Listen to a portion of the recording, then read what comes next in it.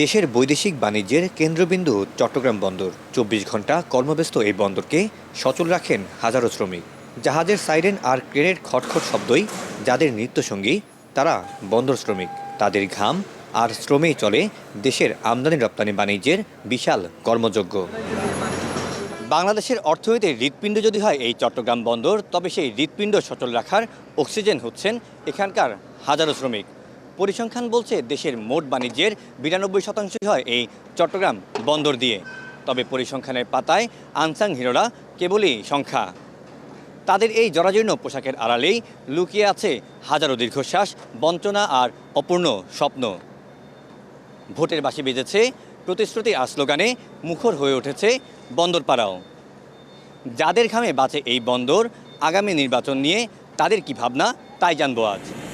বন্দরের এই বিশাল ক্রেনগুলো যত সহজে ভারী কন্টেইনার তুলে নেয়, শ্রমিকদের জীবনের বোঝা তত সহজে কমে না।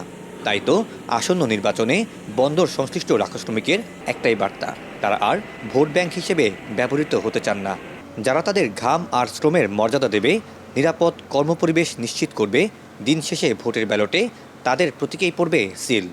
ভালো দল আসুক, আমাকে শ্রমিকের ভাষায় দ্বারা শ্রমিকের যেমন একটা উপকার আসে, চিকিৎসা করতে পারে, ন্যায্য মূল্য দিতে পারে, যে কোনো একটা সাহায্য পাইতে পারে, এটাই আমরা চাই। যারা দেশের স্বার্থে কাজ করবে ওই ধরনের লোকের দরকার। যারা দেশ চুরি করবে তাদের দরকার না, যারা দেশের স্বার্থে জনগণের স্বার্থে করব ওই ধরনের লোকের দরকার। বন্দরের কন্টেইনার টার্মিনালের আধুনিক যন্ত্রপাতির আড়ালে নদীর পাড়ে চলে আরেক জীবন সংগ্রাম, যেখানে সার, গম, কয়লা, ক্লিংকার কিংবা পাথরের ধুলায় ধূসর হয়ে যায় শ্রমিকের শরীর। টার্মিনালগুলোতে যেখানে মেশিনের দাপট, সেখানে এই ঘাটগুলোতে প্রধান শক্তি শ্রমিকের ঘাম। আসন্ন নির্বাচনকে সামনে রেখে ধুলিমাখা মানুষগুলোর মনেও লেগেছে নির্বাচনী হাওয়া। তবে তাদের দাবি দাওয়াতে নেই কোনো বিলাসিতা, আছে কেবলই বেঁচে থাকার আকুতি। 15 দিন চাকরি করলে আরও 2 মাস বসে থাকুন লাগে, কোনো কাজ বাজ নাই। 300 টাকা 400 টাকা বেতন দিয়ে আমরা কি পরিবার চালাইতে পারি? আমাদের এই সমস্যাগুলো কেউ দেখতে আসে না। এই মাসের ভিতরে 3টা মতো পাইছে চাকরি, 3টাতে যদি 2000 টাকা করে হলো 6000 টাকা চাকরি হয়েছে আমাদের। এখন বর্তমান 6000 টাকা দিয়ে সঙ্গে চলে না। সব জায়গায় লেট বাড়ছে, আমরা এই জায়গায় লেট বাড়ে নাই। আচ্ছা 70 সাল থেকে আমরা অবহেলিত। বন্দরে কাজের সুযোগ পেতেও পাড়ি দিতে হয় রাজনীতির দুর্গম পথ। শ্রমিকদের অভিযোগ, সরকার বদলায় কিন্তু বদলায় না বন্দরকেন্দ্রিক সিন্ডিকেট। লেবার হ্যান্ডলিং থেকে শুরু করে সর্দার নিয়োগ, সবখানেই দলীয় প্রভাব।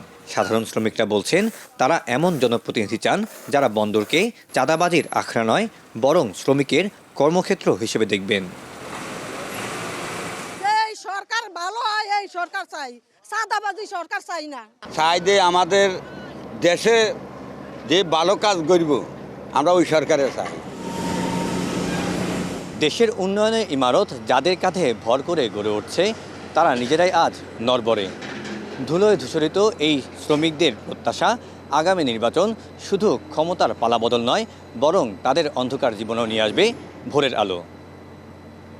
Syed Tamim Mahmud, star news, Chittagong.